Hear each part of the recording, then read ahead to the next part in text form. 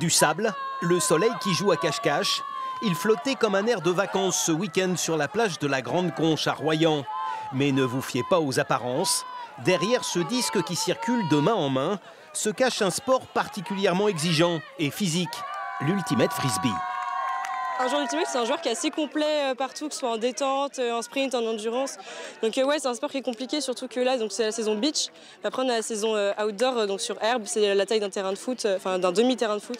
Là, c'est encore plus compliqué physiquement, je trouve. Les meilleurs de la discipline sont tous là. Ils sont près de 600, venus de tout le pays pour participer à ces championnats de France sur sable. Auto-arbitrage, fair play récompensé, l'ultimate se démarque par rapport à de nombreux sports collectifs et sur un point en particulier. C'est vrai que c'est un sport, un des rares sports où c'est mixte, donc c'est très agréable de pouvoir jouer, mélanger les genres et pouvoir jouer sur un terrain contre des gars, même si donc les femmes elles défendent sur les femmes et les hommes ils défendent sur les hommes, mais c'est quand même agréable de pouvoir jouer en mixte, surtout aujourd'hui, c'est un des seuls sports. Depuis 2018, Royan organise ses championnats de France, mais aussi européens et même mondiaux, ce qui en fait aujourd'hui un spot reconnu.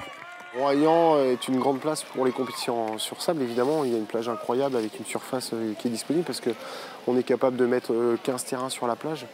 Et à ma connaissance, il y a très peu de lieux en France où on peut faire ça. Le tout placé en plein cœur de ville.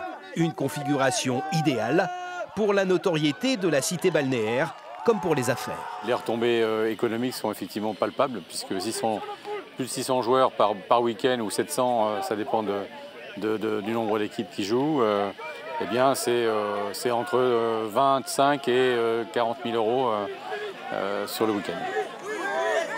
Le prochain rendez-vous est déjà inscrit au calendrier. Il sera européen et programmé en 2027.